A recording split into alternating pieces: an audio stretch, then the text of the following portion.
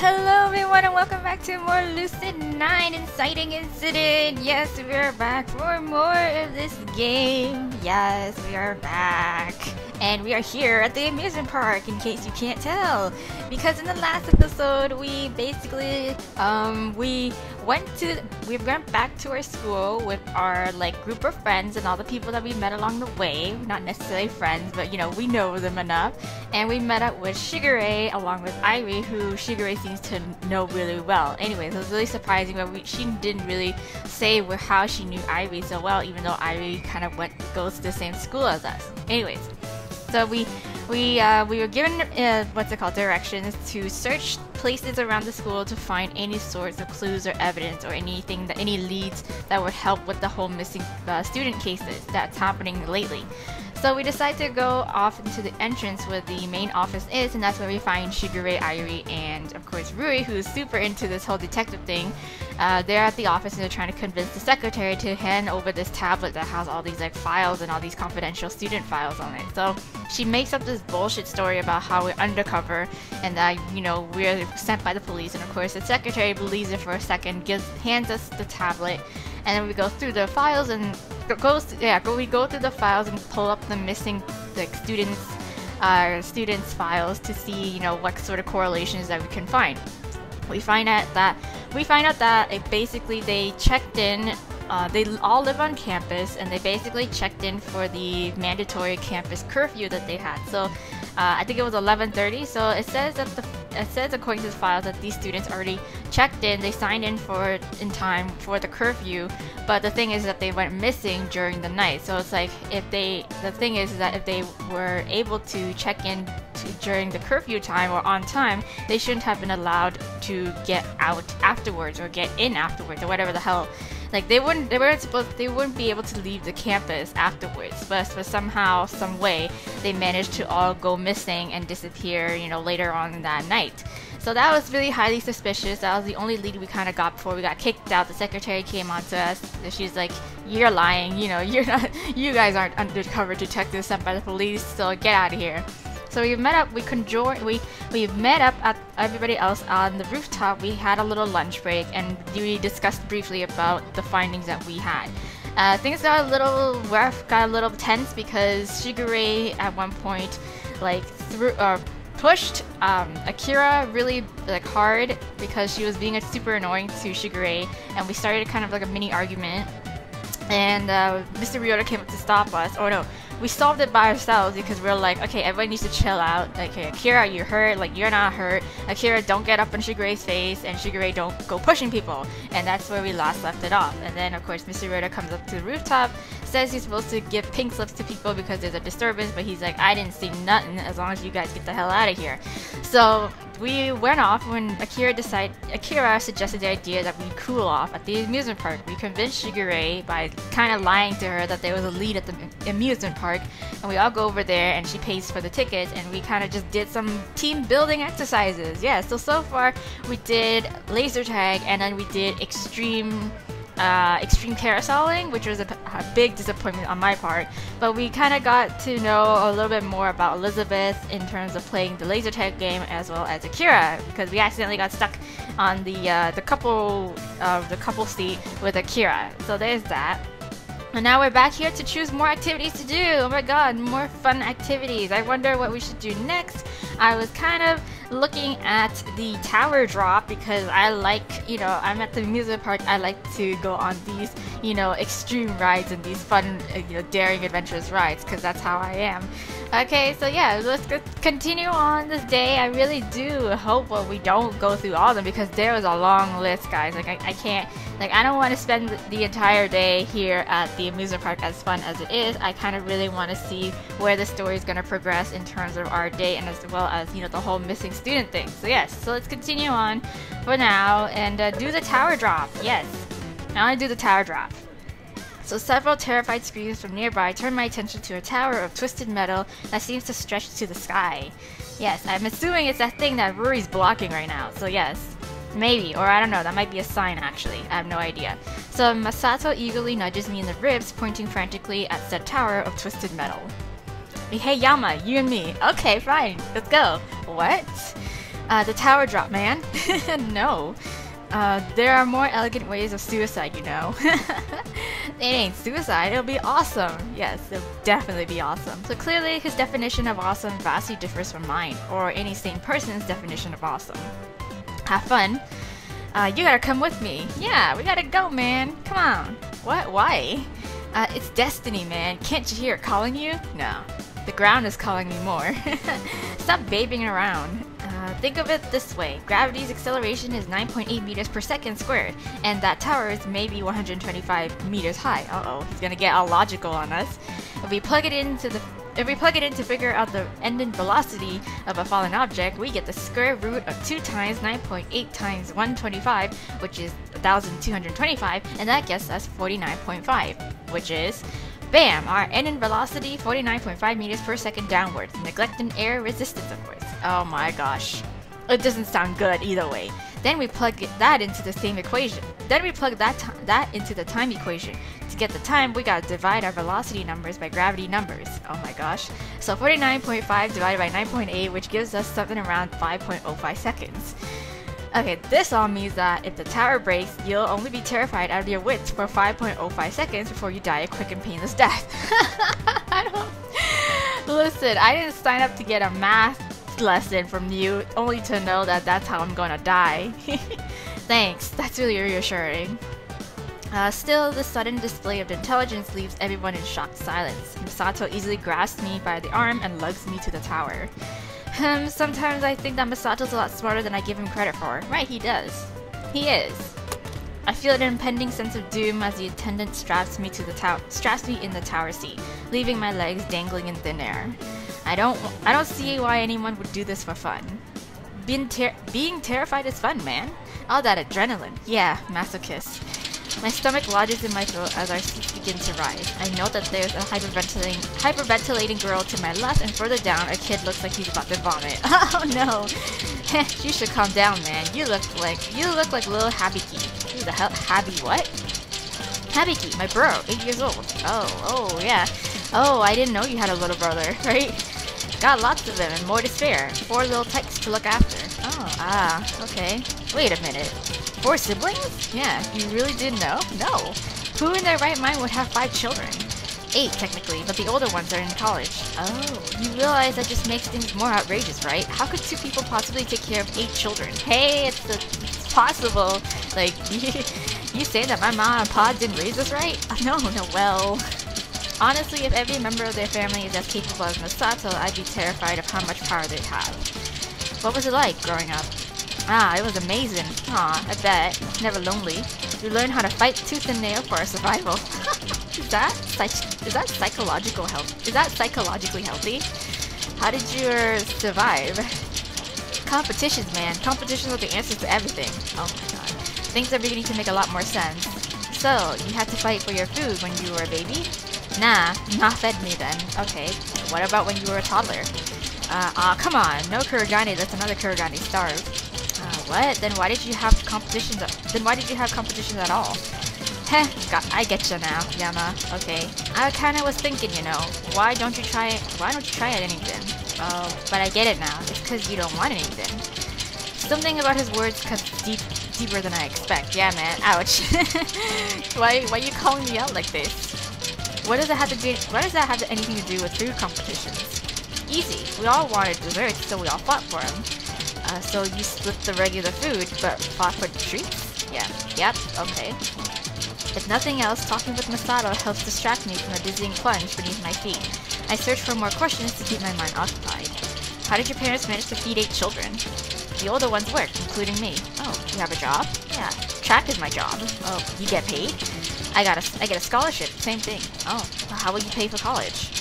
Also scholarship. I need a full ride. Nothing less can do. Oh, wow. I can't help but feel undeservedly privileged. I've never had to worry about money, even enduring Isamu's down points. Oh. Is that what all your siblings have done? It's a Kurogane tradition, man. Oh, wow. Damn.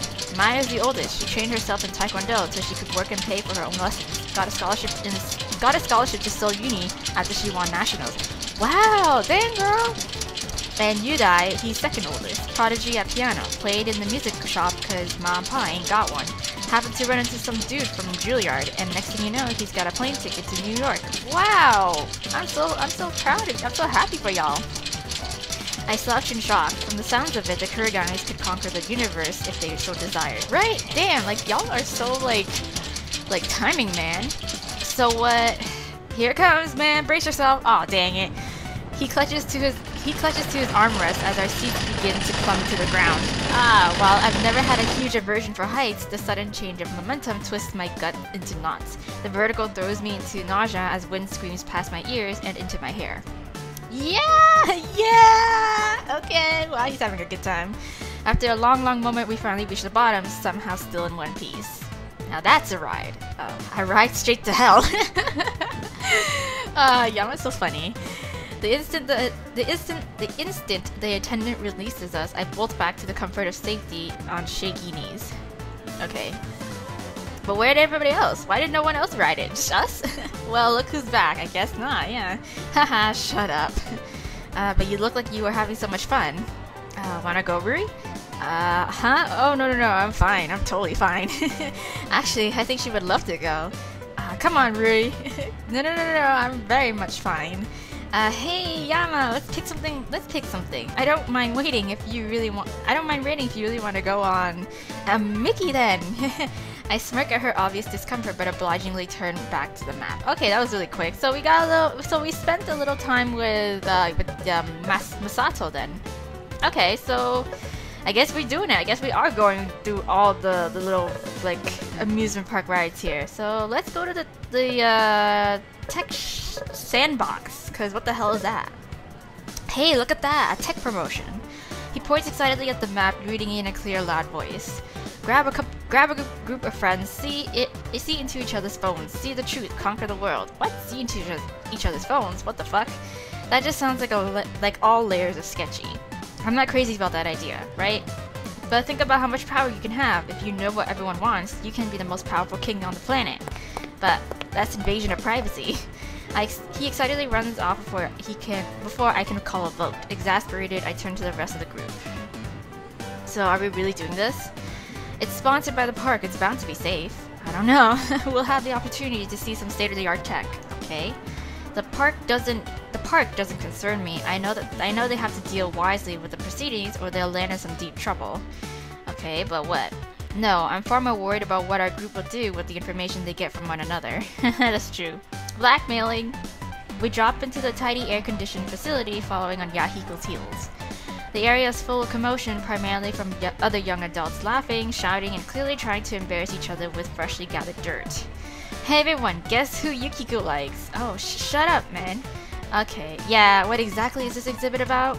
Yeah, Yahiko is already chatting up one of the attendants. He returns to us in a few minutes, bouncing eagerly on his toes.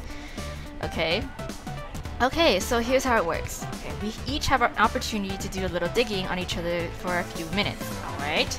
Then we engage in an ultimate battle of wits by running a campaign for dictator of the world. What the fuck? Wait, slow down. What exactly do you mean? Well, we use the information we learned to convince each other to vote for us. Like, we can blackmail each other or make some kind of promise. Wait, what? Who thought of this? How will we do that? I've just met some of you today, after all. Oh, don't worry, Mickey. Usually, Lemniscate phones have really advanced security features so that they can't be hacked. The only visible information is what users want to share. Yeah, they'd like us to believe that, wouldn't they? Well, guess what? Here, we can choose to lower that security and look into each other's phones. Location information, browsing history, usage statistics, even message and call history, all at your fingertips. This sounds hella sketchy. What part of this sounds fun? Are we even speaking the same language? Right? Well, in that case, this sounds interesting. What? I thoroughly agree. What? Oh, you guys. Aha, I've got nothing to hide. Sounds like a party and a half. Guess that settles it. Oh my gosh, what's going on? Don't they understand the danger? Is everyone sadistic? I'm reminded of the time when Yahiko wanted to jump off the roof to test if he could fly with umbrellas. Him and his supposedly brilliant ideas. Oh my god, this guy. I send some quiet thanks to whoever decided to build a pool straight below the railing. Guys. Sweet, Misaki, would you mind alerting that fine lady of our decision? Okay, Misaki obediently runs off and grabs the attendant who starts to outline the rules. The first phase of the game would involve 10 minutes of concentrated research. all firewalls down. Everyone would look into one another's phones.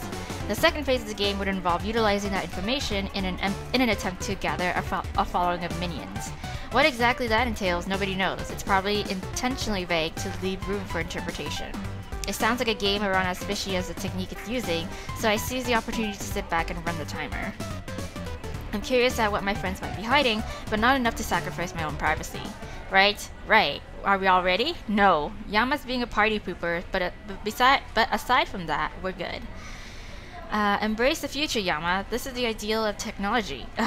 I'll stick with pen and paper things. Ha! Are you an old man? Well, maybe. You don't even use pen and paper. I would if I had a pen that worked.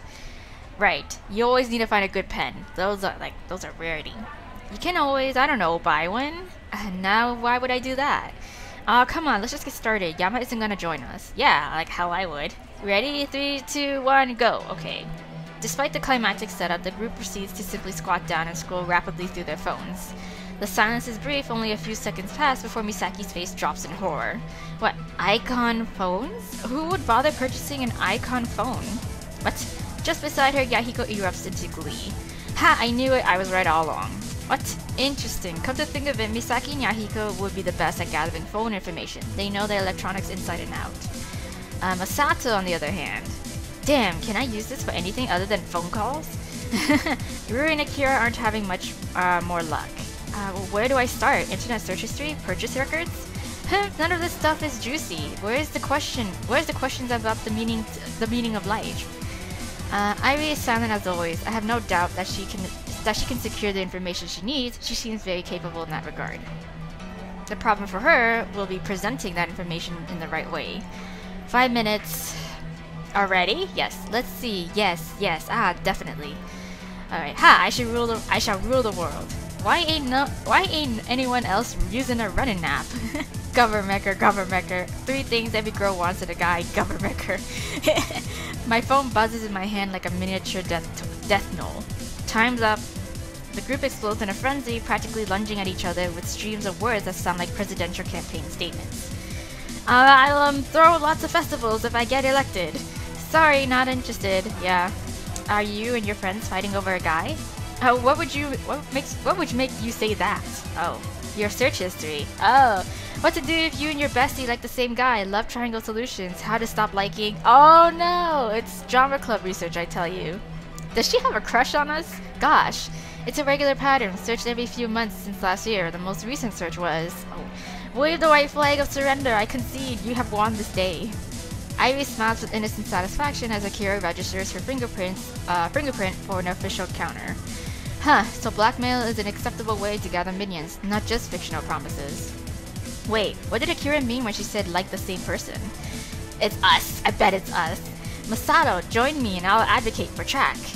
You think I'm that easy? Hell no. Masato, can you pretty please join me? I'll advocate for track. Okay. Does he like Rui? I bet he does. What? Looks like personal preferences have a large impact too. Eventually my eyes land on Yahiko. In this setting, his usually grating egotism gives him a nice sheen of confidence. In fact, he seems to be doing better than everyone else. Say Irie. Uh-huh. When I get elected, I'll make a video game class mandatory at the academy. that caught her, and just like that she registers her fingerprint. What? Of all things, video games? Yes. I mean, hey man. Ruri, if you join me, I'll give you childhood friends a special legal status. I'll give childhood friends a special legal status. Deal. What the fuck? What? Why would she want that? What kind of legal privileges could you even award to childhood friends? Masato, my man. If you think I'm gonna be easy, man, you got another thing coming. Nah. I'll run a huge fundraiser for track by using my special access to lemniscate technology. And another fingerprint registration. Yahiko's knocking everyone out like bowling pins. Alright, Elizabeth, I'll make Yama take private tutoring for the rest of the semester. Well said, you've earned my vote. Elizabeth, I'm both shocked and not shocked at all. Wait, at this rate, Yahiko will be the winner. Akira, I can provide lessons on love and... Don't say it, take my vote, take it. Oh my god. His last opponent is Misaki, who's also been disturbingly productive in the campaign game. She greets him with a smile. I am not easily overpowered. Neither am I, Misaki. Shall we draw our swords simultaneously? A duel amongst dancing cherry blossoms. What is this, a samurai flick? They crouch forward slightly like they're going to physically lunge for each other's throats. A moment of silence passes between them, even as the others in the group continue campaigning to one another. Then Misaki and Yahiko both burst into action, practically screaming at the top of their lungs. Corporations will mandate required vacation time for employees with families. Social Security will redefine parental negligence. Whoa, what? For a moment they only stand there, equally surprised at the other's statement. Vacation time, parental negligence? Why do I suddenly feel like I know nothing about them?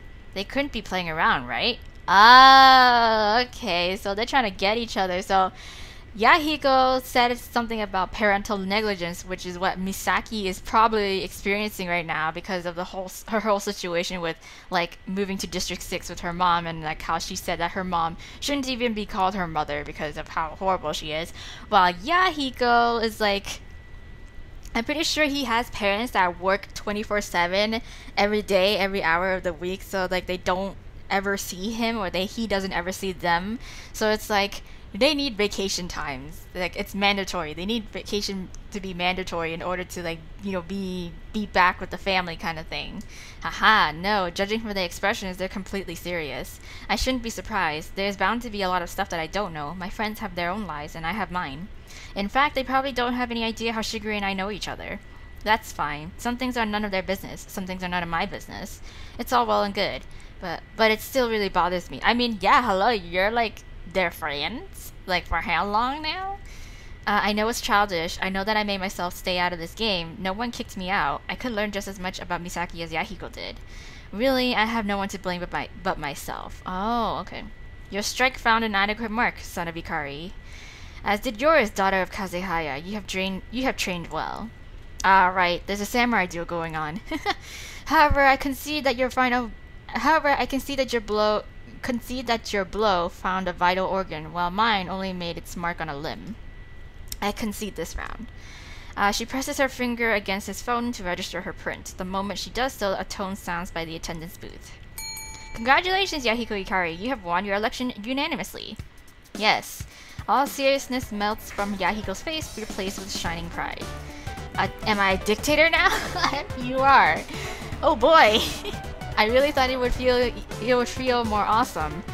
Well, you get a prize. 1 free year of Lem Cloud Premium. What the hell?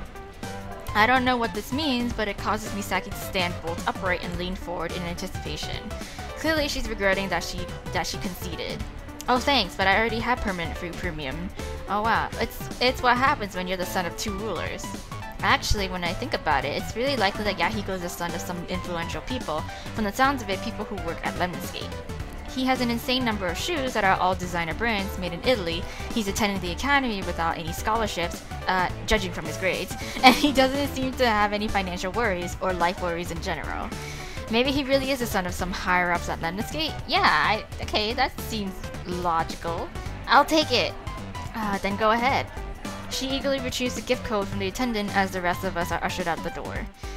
Yeah, I would believe it. I mean, judging from what Yama has to go by, then yeah, it seems pretty possible.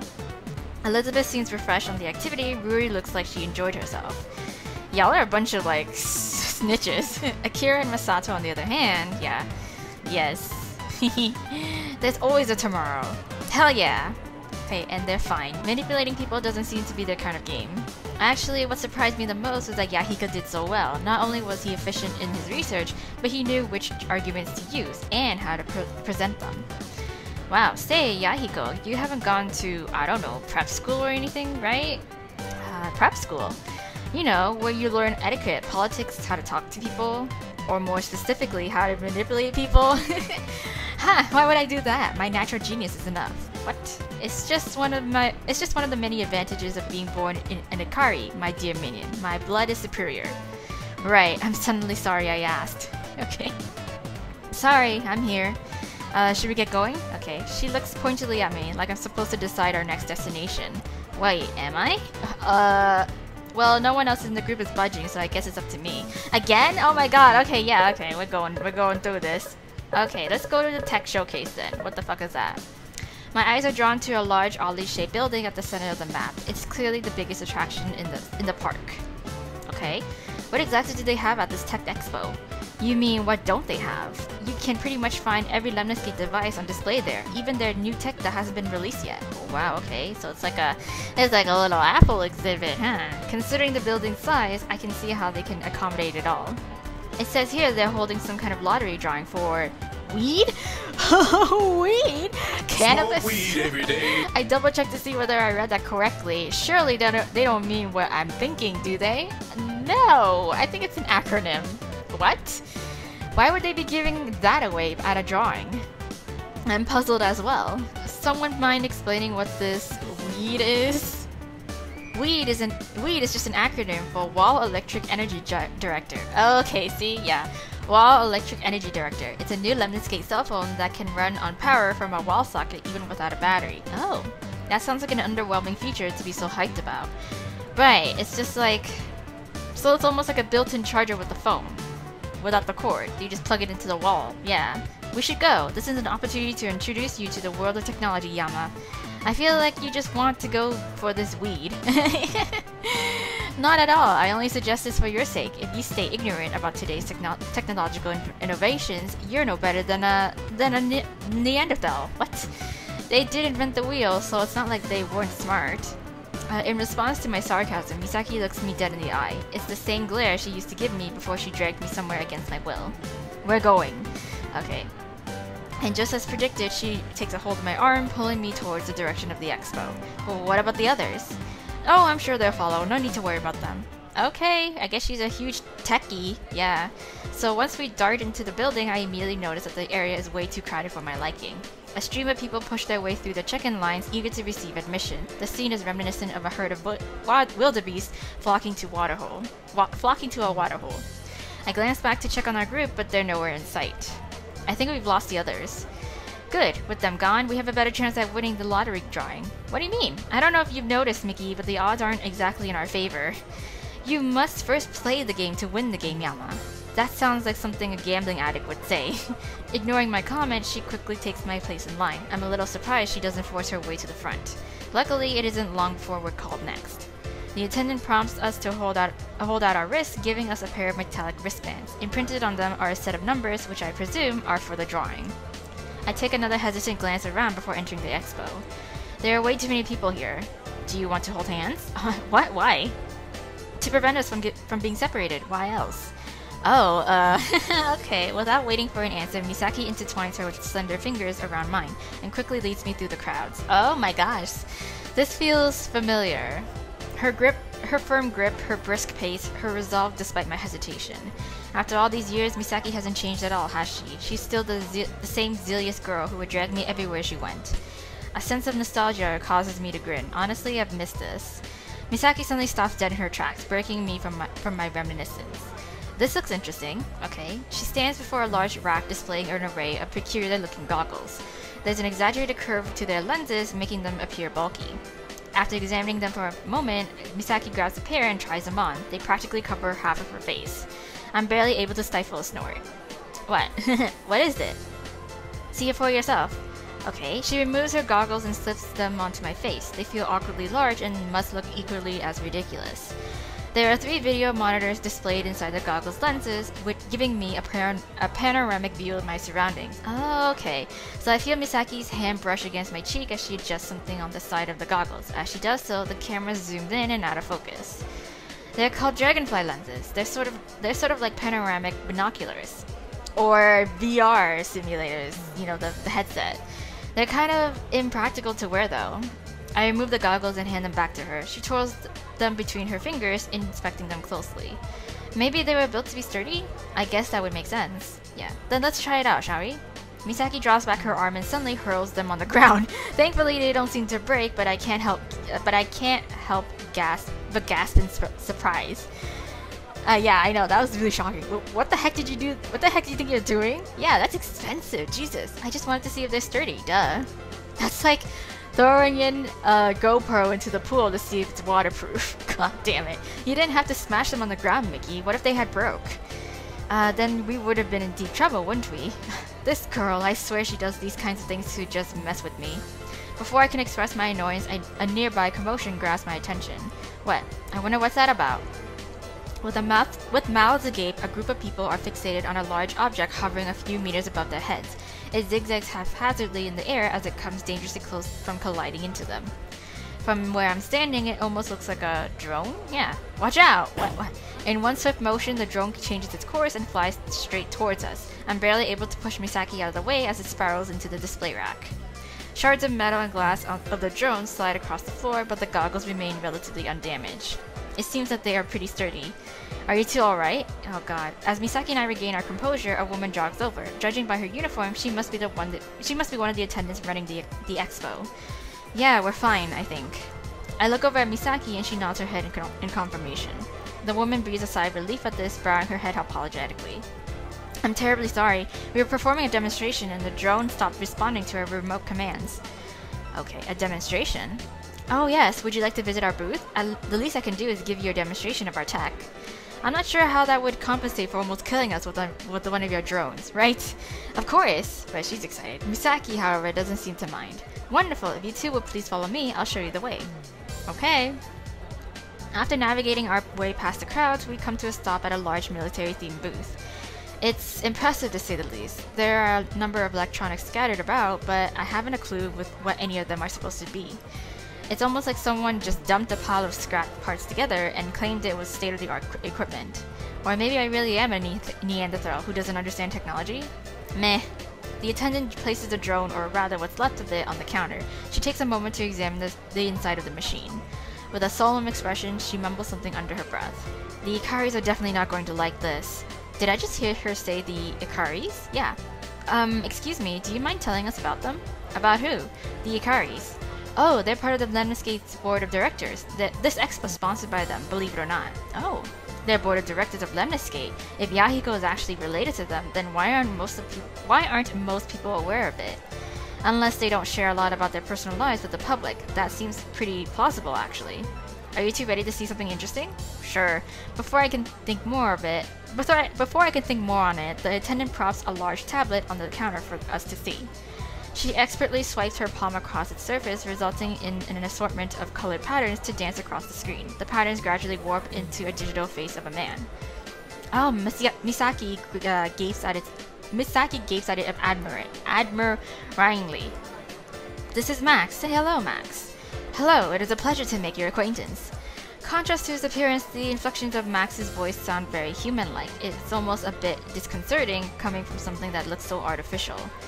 Max is one of our newly developed AI programs. Like Siri! AI, as in artificial intelligence? Yeah, correct. While we've made some advancements in the last few years, we're only scratching the surface of what's possible with AI technology. Max is the product of that research so far. Misaki's eyes brighten in excitement as she examines the machine more closely. What was he created for exactly? He'll serve as an automated assistant for law enforcement in the future. Oh, an assistant. Max collects massive amounts of data from various sources and uses the information to determine suspected criminals. He would then relay his findings to the user in charge and suggest what action they should take based on the situation. Oh, wow. But isn't it possible for him to mistake someone for being a criminal, right? Highly improbable. If anything, Max would be more efficient than humans. His judgment wouldn't be clouded by emotion. I see. Curious, Misaki reaches out to touch the monitor. Forgive me for asking, but may I have your name? Startled by the machine's sudden inquiry, Misaki jumps back, holding tightly onto my shoulder. Huh? Oh, it's Misaki Kazehaya. And how shall I address your partner? He directs this question at me. We're not partners. It is nice to meet you, we're not partners. Is he purposely being sarcastic? Are machines even capable of doing that? Thank you for your cooperation. I have stored your names for future references. Oh wow, okay. Forgive me, but I must shut down in order to perform necessary system updates. Oh, of course. Have a good rest then, Max. The attendant promptly shuts off his power and carefully places him back behind the counter. When she pops back up, she beckons us over towards the corner where a large telescopic device sits by itself. This is a laser microphone. While they're used for surveillance, I sometimes use them to eavesdrop on my coworkers. What? She conspicuously winks at Misaki as she hands her the headphones. The attendant then aims the microphone towards one of the other booths. The device uses a laser beam that detects sound vibration in distant objects. and it then interprets that data through the headphones, allowing the person to hear conversations that would otherwise be inaudible from a far distance. Wow, can you hear it? Uh-huh. Voices. Can you hear what they're saying? Misaki suddenly removes the headphones and quickly hands them back to the attendant, her cheeks flushing a bright red. What did you hear? Nothing. Let's try something else. Okay, that sure doesn't sound like nothing. If I say it's nothing, it's nothing. Thankfully for her, the building's PA system crackles to life. We are now announcing the winning numbers for the lottery drawing. If you have the number 1623, please report to the front desk. Thank you. Are we? Immediately, Misaki eagerly checks her wristband. Looks like you were right. You didn't win? No, I wasn't even close. For a moment, she looks like she's about to cry, but she then throws her hands up in exasperation. This sucks. This lotto must be rigged. I don't think they would do that, Miki. And I was so excited to win the weed. As if remembering something, she turns to me with a scary gleam in her eyes. Let me get your digits. What? Sure, but I doubt I won either. Yeah. Regardless, Misaki quickly pulls up my sleeve. I don't believe it. You actually won. Wait, really? Let us make haste. We haven't a moment to spare. Wow. And just like that, she begins pulling me to the front desk. I'm barely able to give the attendant a slight wave as we speed off. Okay, wow, we won. After one of the staff confirms my number, they hand me a small box. On it, Lemniscate's infamous company logo decorates its cover. Honestly, it's not like I really need another phone. My current one works just fine, so this model would just likely collect dust somewhere in my apartment. Yeah, I hand Misaki the box. She can't seem to decide whether she should immediately tear it open or show some restraint. Are you sure you want to give it to me? These models are expensive, you know. Isn't that why you brought me here? Well, partially, but that wasn't the only reason. I just wanted to spend some time with you since we haven't talked much lately. Aw. Besides, it's not like I'm some heartless tech addict who just used you as a tool. I can't help but smile at that. She seems to take this as confirmation to unwrap the cell phone from its case. Oh, the camera resolution is a lot higher than my current phone. Right, why don't we take a photo together and try it out? Okay, photo of the both of us? Yeah. Camera shy, are we? Camera shy, are we? Well, no, but... Misaki suddenly hooks her arm around my shoulder, pulling me close. I feel my cheeks pressed against hers as she positions the phone for a good shot. Say cheese! Ah! Unprepared, I'm temporarily blinded by the flash of light. It takes a moment before my vision comes back into focus. Oh, sorry, I didn't realize the flash was on. At least you didn't blink. As she shows me the picture, I can't help but cringe. It's high resolution, alright. You can see every detail of my face as I awkwardly wince from the flash. Misaki, however, looks as perfect as ever. I guess she really is cut out for the modeling business, isn't she? Yeah. Handing Misaki back her phone, my own phone suddenly trills in my pocket. I guess it's our friends, right? Can we leave now? I'm bored. Alright, Yama Ishimoto, yes, unlock my phone. Who the fuck is this? Oh, it's Rui.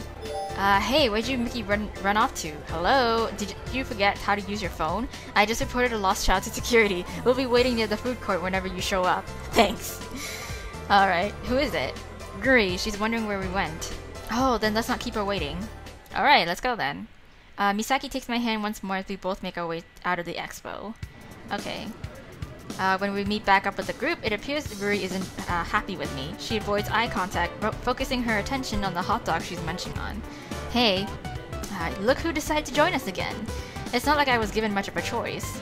I stare pointedly at Misaki, but she only grins. So, are you guys up to heading somewhere else? Anywhere is fine with me, man, long as it's fun. I shall leave the decision to you. You're the navigator of this expedition, Cap. Just lead the way and we shall follow, even to the depths of Hades. Okay then. I pull out the map and give it another skim. Okay, let's go to the bot arena. The Ferris wheel is a little too cliche. So a pop-up box in the corner, in the upper corner of the map catches my attention. Live, Lemniscate Bot Showcase, the future of gaming. Intrigued, I note that the showcase is located just further down the path. Say, what do you guys think about this? Of course, I think Irie's gonna be interested. She's like the whole gaming, interested in that. I point at the announcement. Robots, say Cap, do you think they'll be fighting giant monsters? I can say with certainty that they won't. It sounds fun. I say we give it a shot. Okay, any objections? Yes, your shoes, minion, need an upgrade. Why? You haven't bought a new pair since I first met you. Objections to the bot showcase. Oh my god. Let's go. Yeah. Wait, smiling? Genuinely? For non-food related reasons? I don't think I've ever seen Irie so excited. We can pop by. If it's not interesting, we'll go to something else. Okay. No one else says a word. I take this as confirmation and head down the path. Just behind a metal building, a modest portable stage is set up, flanked by screens projecting a live closer view. A row of assorted small mechas are lined up at the edge of the stage, in front of which stands a Lemniscate representative. It's Governmecher, but in real life. Yes, true. We set up right in front of the stage. There's not many viewers beside us. It looks like the staff is still setting up. I wonder if they'll let people actually try them. I hope so. What use is a showcase if the target audience can't even try it? I don't know. These kinds of things usually involve demonstration matches to make the technology look a lot better than it actually is. True. That does seem likely. They may just choose a victim to beat up. That ain't fair, man. Whoever they choose to represent Lemniscate will probably be as unstoppable as a final boss. Yes. It does not matter. It is a game, and games must be played by the rules. I'm about to ask Irie what exactly this cryptic piece of information means, but a blast from the speakers quickly ends our conversation. Come one, come all, and see for yourself the top-of-the-line fighting bots straight from Lemniscate's laboratories. Robotics fans, you might want to listen up. A crowd begins to form behind us, attracted by the representative's announcement. I notice that the wide majority of people are young adults. Lemniscate definitely knows their target audience, right? This is one of our star beta testers, Raiden Rumble Ajibana. He'll be showing you some of the awesome stuff that this new generation of bots can do. The representative steps back from the stage, leaving room for a big man with short cropped hair to step to the front, holding up his robotic choice. It's medium-sized, around as big as my head, sleek in shape and boasting beautiful colors of deep cobalt and silver. The crowd oohs and ahs in appreciation. Oh mama, I've gotta get me one of those. The beta tester, Rumble, steps back and gently lays the robot on the stage. Cameras zoom in for a better view, ready to capture the action. I bet it's hella expensive though. The crowd waits with bated breath as Rumble cracks his knuckles. He holds out his hand, into which the representative places a sleek controller. The Mayfly ascends. Performs its duties required, and it is no more. What? And suddenly the robot is alive in a whirl of silver and blue, leaping around stage like a dancing grasshopper. Rumble smiles confidently as his hands fly over the controller, stringing together flawless combos like the world's most skilled fighting gamer. Wow. Art and movement. Amazing. The crowd claps wildly. I already see several young men digging out of their phones and punching rapidly at their screen, no doubt reworking their budget. I might not understand gaming, but I can definitely appreciate skill. Rumble brings the routine to a slow, letting the robot peel away like a professional ballerina before sweeping into a curtsy. He's met with an even louder round of applause. Thank you, Rumble. Wonderful work. Now, ladies and gentlemen, it's the moment you've all been waiting for. We're going to open up the floor. Who would like to face Rumble? It's Irie! I bet it's Irie! The representative grins with a slight touch of cockiness. I'll make you guys a deal. If you manage to defeat Rumble in the best of 3, you can take one of these robots home with you. Oh, and with confidence I have never seen before, Irie's hand shoots into the air. I knew it. As the rest of us balk openly at her, the representative's eyes sparkle, no doubt seeing a small girl as easy prey for Rumble. Miss, come up to the stage, yes. Irie gracefully, a little too gracefully, vaults onto the stage, ignoring the representative's extended hand. Yeah, she's like, I don't need your help. What's your name, miss? Irie Hiraga. Yes, I see that you're wearing an academy uniform. What year are you in? 2nd. And how are you finding it? Fine. Great conversationalist, I see. So why do you want to try your hand against Rumble, if I might ask? Irie stares blankly at her hand for a long moment. Uh-oh, she might not know what try your hand actually means. I'm not trying. Whoa, what bold words. Miss Hiraga claims that she doesn't even need to try against Rumble. I'm pretty sure that's definitely not what Irie meant. Rumble, what do you have to say to that? Oh, you're gonna take that? The insect believes itself to be king over insignificance. Is he talking in, like, haiku? What? The Rumble's retort is just as strong. Well, folks, are you excited or what? The crowd cheers, egged on by the representative's skilled hype building. Yeah. I find myself wishing for Irie to crush Rumble to the ground. Yes, I'm sure she will. Irie has a tough road ahead of her. That rep is just twisting her words, man. It builds hype. It's exciting, in my opinion. Alright, come on, guys. Let's root for Irie. Give me an A! A! Give me an I! I! Yes, give me an R! Give me an... Shush, they're talking. Yeah, the disorganized team cheer immediately dies down as the representative pulls the microphone back to her lips. Let's see what our bot challenger will select for herself. Miss Hiraga, feel free to pick any of the bots from the row. Irie contemplatively paces down the row, stopping from time to time. It feels less like she's stuck with indecision and more like she's examining the bots down to their basic molecules. Alright, so pick the coolest one. Pick the cutest one. Pick the most effective one. Yeah, whatever. Pick the one you can beat him with. Pick the most innovative one. Pick a peck of pickled peppers. Nice. Irie ignores the incoherent din from our group and eventually settles on our humble, boxy little bot at the end of the line. The crowd goes completely silent in shock at her decision. Tell me about this bot. Are you sure about your choice? I need more information. Alright. This is a tricky little guy. Most of the testers weren't exactly sure what to do with him. He looks very unintimidating, but don't be mistaken. If you play your cards right, you can change his form by extending or contracting the panels on all of his sides. Okay. He's a transformer! It's extremely flexible, hence why testers are still having a go to figure out the best way to use him. I see. He is challenging. The most, but not very beginner-friendly, Miss Hiraga. Then I select him. Why does it sound like she's looking more for a challenge than a victory? Very well, our ambitious challenger is certainly looking for an upset. Let's get ready for round 1. Irie sets her humble little bot at the edge of the ring, exactly opposite Rumble's bot. The representative hands her a controller. Irie frowns when she sees it. Is this for the bot? Of course, it's certainly not for my television. The crowd's answering chuckle almost drowns out Irie's response. It looks exactly like Rav Red. The representative completely ignores her and instead lifts her hand into the air, ready to cue the match. Rav Red? What the heck is that? Yeah, round 1, Rumble versus Challenger. And fight! The crowd cheers as the representative chops her hand down. The stage erupts with light signifying the start of the round. For a moment, Rumble charitably sits back, letting Irie experiment with her bot. From what I can tell, it's essentially a box on wheels. I watch it roll forward, I watch it roll backward, I watch it roll side to side. Then one of the sides fall down. No wait, the entire side is a matrix of similar panels. No wait, the entire side is a matrix of smaller panels. Okay. Interesting. Seems like the entire box can be transformed, give or take a few limitations. But instead of experimenting further, Irie only retracts the panel and extends the opposing side. Alright. Seems like she doesn't really know what to do. I don't see it that way. Yeah, what do you mean? You should ask Yahiko. He plays quite a few games, you know. Since when has Misaki known Yahiko more than me? My curiosity overtakes me, and I eek over to Yahiko. Do you know what she's doing? Yeah. She'll try a basic attack next. I watch the stage. Sure enough, one of the robot's sides turns away and swivels on a tiny limb like a miniature sharp-edged shield. Okay. Now, a 6A 21-4B. What? What? Yeah. The bot repeats the shield cut attack and suddenly hoists the panel over and behind it. Yahiko seems extremely pleased. She might try something a little more complex next, like a 6A, 8-hit, C, 6C, 2D. What the fuck? The clumsy-looking box suddenly moves in a whirl of rotating panels. I can't tell what's happening, but it seems to just make Yahiko even more excited. I knew it. It's just like Rav Red. What's Rav Red? But he doesn't answer me because Rumble has started to move.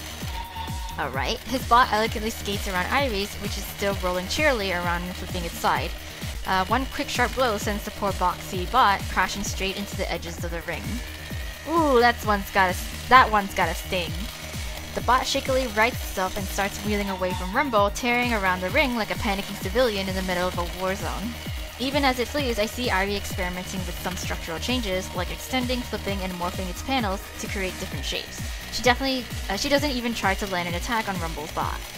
Alright, basically she's trying to understand the bot's identity. She's going through its moves systematically. Do you think she has a chance? Only if she finds something really unique that beta testers would never expect. Alright, unfortunately, it's at this moment when Rumble predicts Irie's walk path and flies at her bot, crushing it decisively into the ground. The representative whips down her hand, even as segments inside the bot piece is back together. Okay. The winner of this round is Rumble. Okay, so it's just one. It's alright. It's just a tester. It's okay. We still got 2 more. The crowd politely claps. It's clear that to their eyes, Irie doesn't have a fraction of a chance against an experienced beta tester. But I saw some promise in the way she was messing with the form of her bot. A bot with structural changes.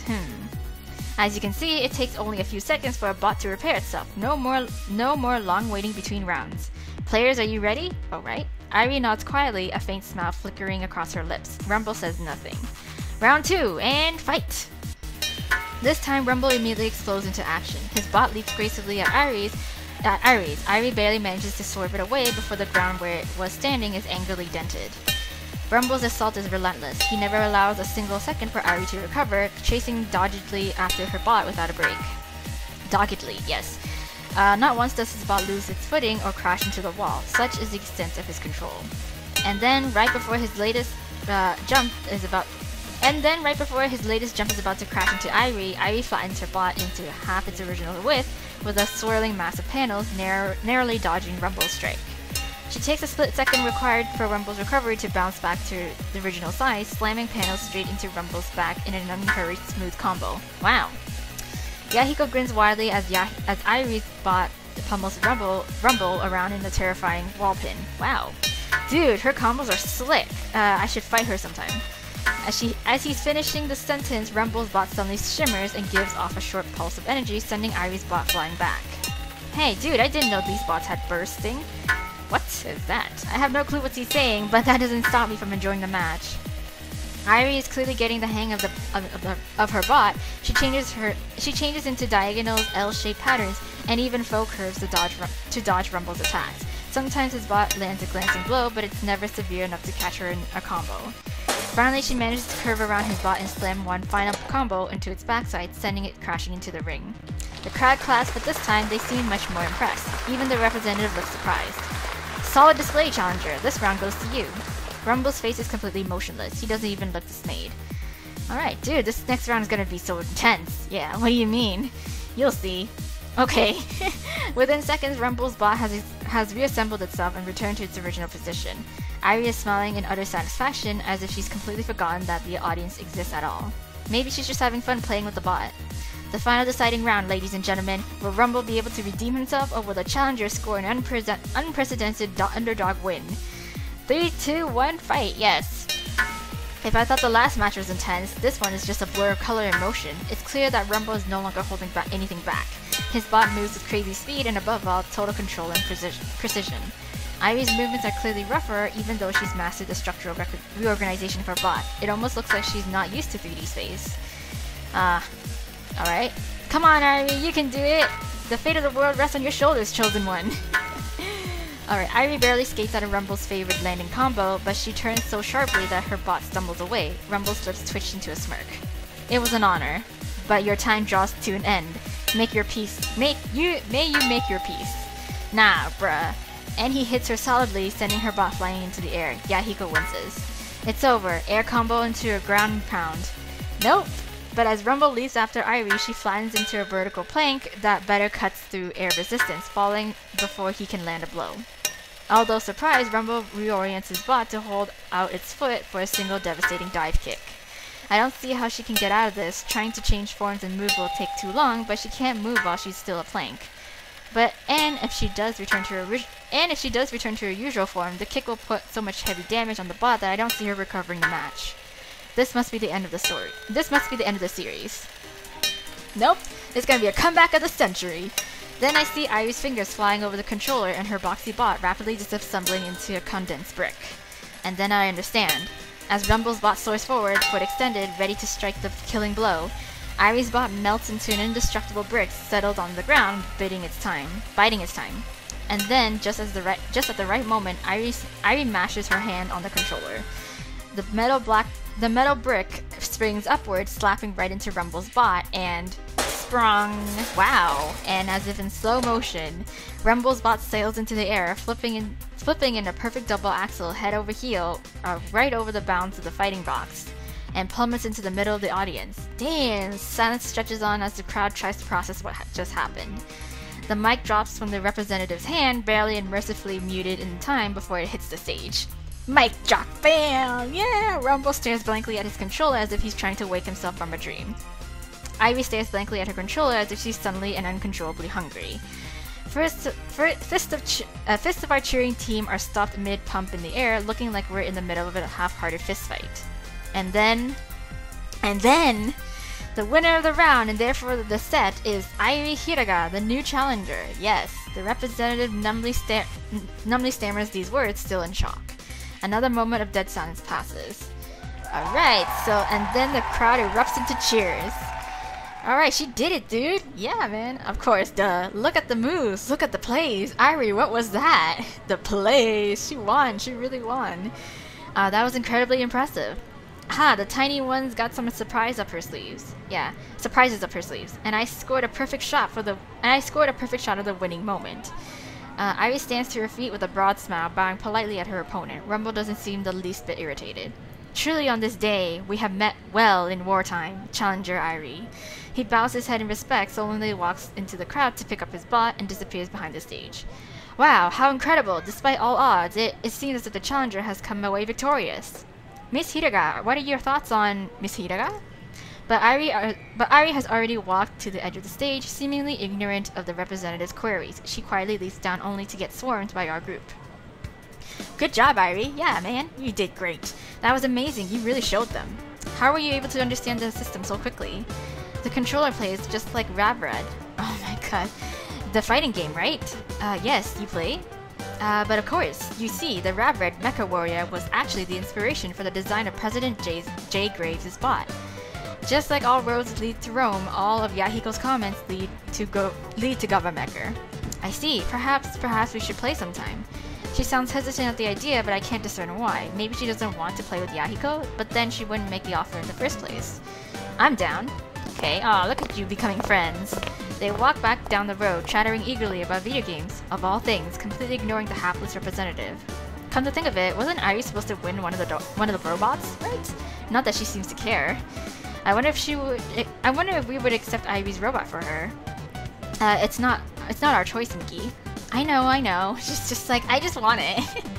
I lead the group back to the map, showing some mercy on the poor representative. After all, her higher-ups can't be too happy about bargaining a new prototype on a whim. It's probably best if we let this be, considering that the only person who deserves to care is Irie. And Irie, well, she seemed happier about playing with the bot than the actual victory itself.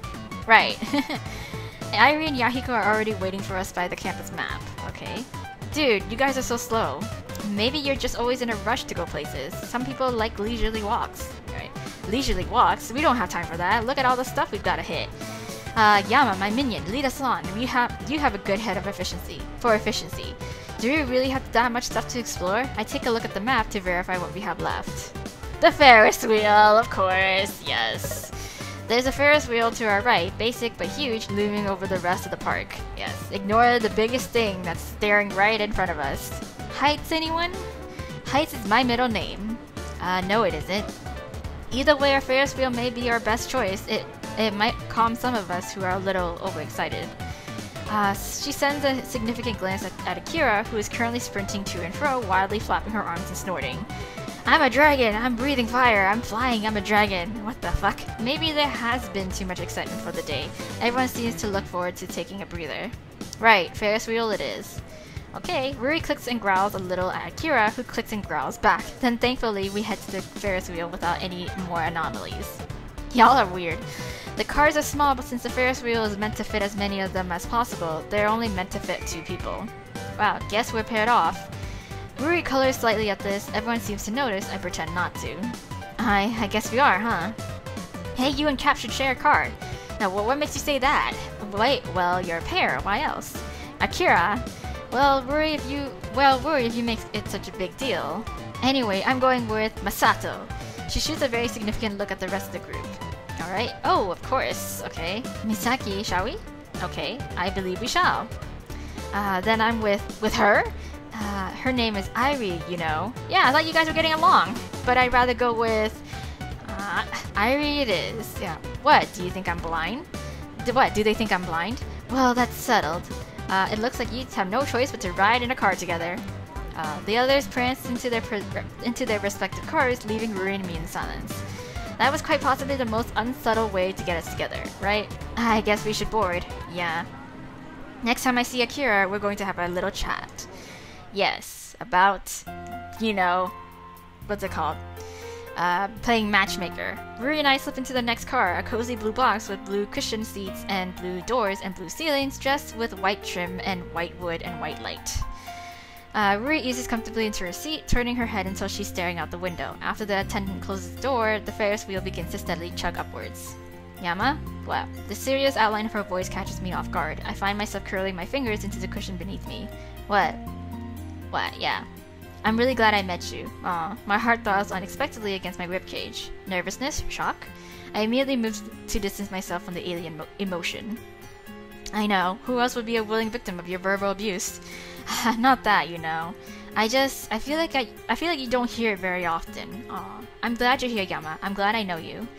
I hadn't known that it was possible to simultaneously feel intensely cold and intensely hot. Something about her words is very discomforting, even while I feel warmth seeping into my limbs.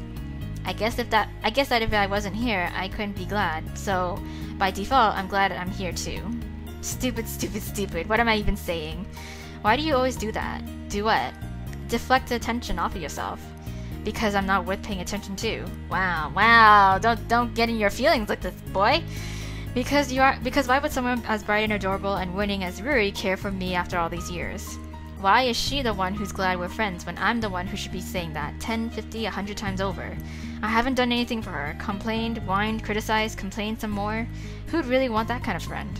Who'd really want that kind of friend? I have fun when you're around. I like our bickering. I like watching your stupid competitions with Misato. Just be yourself, okay? I should honestly admit to myself that I'm touched, but I'm far too awkward for that. Yeah. Well, I can't exactly be anyone else. Gosh, you really love to kill the mood, don't you? It's better than killing other things. Oh, Yama. You kill other things too. Such as? Brain cells. It's so unexpected that it makes me laugh. The atmosphere instantly relaxes at the sudden injection of snark. We fall into silence after that breeze of humor. Rui resumes staring off the car window. I glance around, searching for another topic. Scenery, boring. Weather, worse. Love life, bad idea. I idly brush my hand against the window frame. It seems to breathe beneath my fingertips. Say, that's an idea. I reach my arms until they're touching either side of the car. Rui turns to me, questions weighing on her brow. What are you doing? Earthquake! Oh no, you ass! My voice slips out unusually high and childish as I shove my body to and fro. Our car immediately begins to swing, creaking metallically beneath my weight. Rui pales and clings to her cushion. Stop that! Stop what? You know, if you shake it too much, we might fall. Fall? Like this? Oh my god. I feign crashing to the side, slamming into the car wall with more force than I probably should. Rui squeaks instinctively, reaching for me. Don't do that. It's dangerous, right? What's dangerous? This? I straighten and pretend to fall again, but Rui snatches my wrist and pulls me towards her. My momentum collapses against her. I'm barely able to catch myself against her seat. For a long, long moment, we stay in silence. I'm looming over Rui, one hand curled on the seat by her head, the other instinctively clapped around her shoulder. Her face is unnaturally close. At this distance, I can feel her breath, short and warm, brushing against my cheek. Her eyes, amber, also warm. Her hair, the color of light fire, silky, warm. Everything about her, warmth, comfort. Warmth, comfort, love. Oh no, I'm falling for her. Yama. Sorry. I finally come to my senses and plop back into my seat, staring very resolutely out of the window. What the heck was I just doing? Rui, this is Rui Hayata, the girl who's in love with you. Get a grip of yourself. Yeah, and that you're not supposed to be indulging, but you are. And now the silence is suffocating. So, we immediately pause, eyes cutting between the window and each other. You first. No, it's okay. I didn't have anything important to say. Me neither. Silence again. Do you... we stop again. Awkward. So awkward. What were you gonna say? Just, do you, like trees?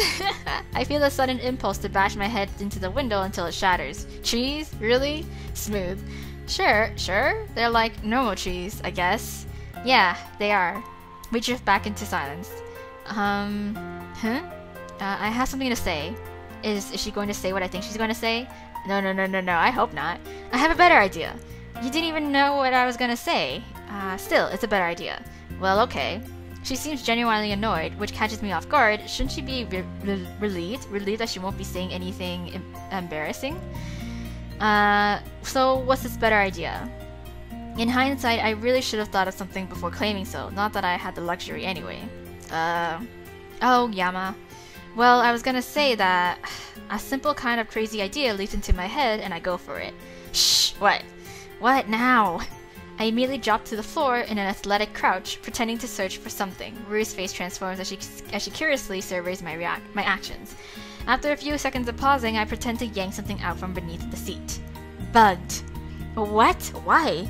Shh, Agent Hayata, don't make another move.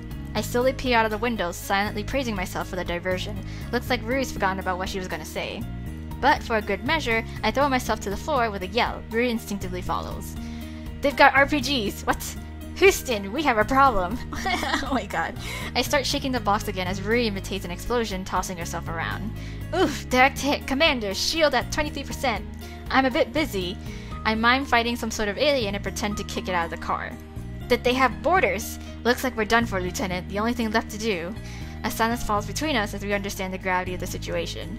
Kamikaze. Oh my god, let's give him one hell of a show. You got it, Commander. With renewed enthusiasm, she whips about, slamming her hands against the cushions. The car shakes with enemy fire, but she retains her focus. Stay on target! Stay on target! The car screeches with speed as she hones in at the mothership, right at the weak point. Stay on target! Mister, it's time for you to disembark.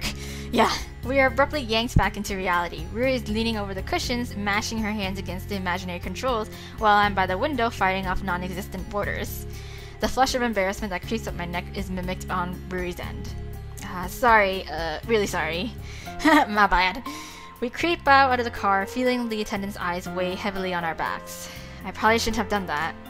You know, you do a lot of things that you probably shouldn't do. There's a pun in there somewhere, but I can't find it. You should ask Akira, she's the queen of puns. We grin at each other like a pair of fools we are. We should meet up with the group. Yeah. Rui's gaze flits between me and the ground. Yama? Huh? What? It happens in one fluid motion. She steps forward, gently pinches the edge of my sleeve between her fingers, tiptoes up, and softly, hesitantly, places her lips against my cheek. Oh! Then, almost before I can register it, she retracts, cheeks flushing. Oh my god! Thank you! She turns and darts off to the rest of the group. For a moment, I can only stand there, mind completely blank, hand against my cheek. Why? Why would she do something like that? Why? Hey Cap, if you're done standing there like a goof, we're ready. Oh my god, development! I force myself out of my stupor and amble over to the rest of the group, plastering a fake smile on my face. For this first, think later. Where should we go next? Before I can decide on another attraction, a ringtone cuts through the silence. Masato sheepishly digs his phone out of his pocket. Sorry, alarm. I checked my own phone. 6 p.m. Technically, Masato's curfew. Thanks for the fun, guys, but I got a piece. Yeah. I've also got some things to do, but this was remarkably fun. Thank you. You guys are leaving? Yeah. But there's so many more adventures to be had. Guys, it's almost dark. Honestly, even I'm a bit worn out from all the excitement, right? We've been here the whole day. I'm heading back too, but you guys should stay if you want. I need to leave as well. Oh, both of you? Yeah, it's okay, Rui. We'll just have to make up for their ticket cost. Oh, surprisingly, Rui turns to Airi with a smile. Wanna try the roller coaster over there? Okay. We exchange quick farewells before Rui, Airi, Akira, and Yahiko race off to a serpentine roller coaster in the distance. Okay. I split ways with the others at the academy dorms and head to my apartment. Okay, so we leave them, and Rui, Airi, and Yahiko stay behind. Walking along the streets is cold, a reminder of the true state of life. Gone are the festive colors, energetic children, and high-cutting attractions at every corner. Instead, I'm surrounded by digital posters, newspapers, and the faraway whine of police sirens. Out of curiosity, I steal a glance at the digital newsstand. Mayor conference will reveal a plan over national news network by next month. Plans, government, all useless. Technically, Isamu is only doing this well due to the efforts of local authority, but I can't trust anyone who's paid to make decisions for everyone other than themselves. Excuse me, you're an academy student? What? My attention immediately switches from the headlines to the police officer behind me. I immediately feel a thrill of adrenaline through my veins. Uh-oh, calm down. It's not like I've done anything wrong. Yes, sir. Oh, where are you headed? Just passing through. He evaluates me for a moment with an unreadable expression. Come with me, we've got some questions we need to ask you. Oh no. Bile rises to my throat. I struggle to force my mind into submission. Just follow him. Oh, shit! Oh, arg! Where am I? What? Pulse racing, head spinning, deep breath, freeze my limbs, close my eyes. Right. Apartment, sofa, shelves, plant, kitchen, television. This is my apartment. No threats, no problems, no people. I'm fine. Unhurt. I'm fine. For a few moments where I agonizingly trained my system back into its ordinary physiological state, I checked the time. 9 p.m. 3 hours gone. I suffocate the returning sense of panic, rifling through my phone. No new messages, no phone calls, incoming or outgoing, no emails or new appointments. In other words, no idea what I've been doing or who I was. Why is it back? It should be gone. I thought it was over. Stop. Calm down. First, my present state. No injuries. I'm full too. So I guess I ate dinner. I noticed a handful of textbooks strewn around the coffee table. Was I trying to study? They're definitely my textbooks. So I'm fine for the moment. Question is, what happened in the gap? I fumble over the kitchen, digging my anxiety meds out of my cabinet. Damn. 5 years. 5 years since I've had to use these. Here I was, thinking that I'd never need them again, allowing myself to forget. Silly me. My vision crosses for a moment as I gulp them down. I'll never get used to that feeling. But thankfully, my pulse slows and my breathing evens out. I let my limbs sink into the sofa, staring idly at the ceiling. Right, I'm fine. Tears surge to my eyes, but they're purely chemical, a response of fright, something that always plagues me after one of these lapses. I get hormonal like a teenage girl fresh out of a breakup, but it's just my brain lying to me. It likes to do that, my brain. It's a pathological liar. Nor does it stop at these random mood swings. Sometimes the world just seems so distant, shut away, like I'm standing at the edge of the universe. If I had to describe the feeling in a word, surreal, like I have one foot in the wrong dimension. When I get like this, I have to fight against it. Remember that I'm here, life's here, the world is here, and there are tastes and smell and sensations for a reason. But sometimes there's just a tiny trickle of doubt in the back of my mind. Am I real? No, not that, not exactly. Of course I exist, in the technical sense of the word. But rather, am I sensing everything correctly? If my brain is lying to me about my emotions, what's to say it's not lying to me about anything else? When you hear someone talk, you don't hear it how they deliver it. You hear it how you perceive it, regardless of what their intention is. The frightening, infamous words, I like you, you can be terrified, or you can be thrilled. You might even be a mixture of both. But the only thing that matters is how you take it, not how the other person said it. Maybe they wanted you to be happy or guilty or angry, but what they want doesn't necessarily carry across. It's the same for when you see something. Everyone looks at an advertisement a different way. Everyone takes fashion sense a different way. Presenting a piece of contemporary art in front of a panel of critics will always gather a wide range of responses, so long as the audience is extensive enough. Nothing is absolute. Everything is just how it's perceived. That's what people like to say. In my opinion, that's the easy way out. But I think that there's something absolute. Somewhere there are rules written in stone, or the essence of an object, something that's unchangeable and is there whether you like it or not. And yet, if there's something absolute, then some people in their perceptions are right and others are wrong. What if I'm wrong? What if everything I sense is a lie? Oh my god. That's right. When lapses happen, I think too much. My former therapist liked to say that I'm just trying to ground myself, re-solidify my values, remember who I am. All I really gather from that explanation is that my brain is a huge pain, over-emotional, overthinking, overbearing. Thankfully, I can already sense that I'm recovering, my heart rate is stabilizing, and my breathing is even. I vaguely remember little bits of advice from my therapist. Ground yourself with something physical, identify your negative thoughts and replace them, accept your anxiety. It's a little alien coming back to the process after so many calm years, but I filter through it easily, like getting back on a bicycle after a hiatus. Okay. Good. Looks like the spell's passed. I'd better get to bed. Okay, well, sleep is the fastest way to recover my memories, welcome or unwelcome. Okay, so before I get too into this, oh my god, I really hate to stop it here because we're finally, it's another, complete 180 from the mood that we were just in, where we were just having a good old time with our friends, and then suddenly we're having an anxiety attack, Jesus, and then, a little bit of a flashback of memories. So, what I think, so far, from what I perceive from also the past episodes that I've been editing and, kind of going over the footage, is that I think we had a sister. I don't know, I feel like we had a sister, because that one little flashback, that really quick one, where it was a photo of a family, and it looks like it was us in our younger years, but then there was a girl standing beside us with our parents, I think. I had for the longest time I thought that for some reason his parents have like, or his mom has passed away or something, but it wasn't the case. It's just that his parents were never around, I guess. But either way, I feel like he had a younger sister or something, or a sister, and she must have like got into an accident or something. That's why he's so like, you know, traumatized and like low-key triggered by certain things, you know. And so yeah, like, oh my god, this case, so we're uncovering a little bit more about our own backstory after spending a day doing bonding time over our friends and getting little snippets of their own lives as well too. So there we go. I'm gonna leave this episode here, you guys. I feel like the story is finally kind of like moving away from that like little obligatory like amusement part episode and finally getting into some sort of like, you know, the meatier parts of this story. So I'm super excited to continue on and find out, you know, yeah, what happened here in terms of like when the police officer stopped us to question us. So, or yeah, like what happened. I'm guessing from the sentence here, it's like, I'm assuming they interrogated him and they questioned him and now they're just kind of like escorting him back now. So it's just the aftermath of it. So yeah, anyways, we're going to continue it on the next episode. Thank you so much for watching. But for now, bye!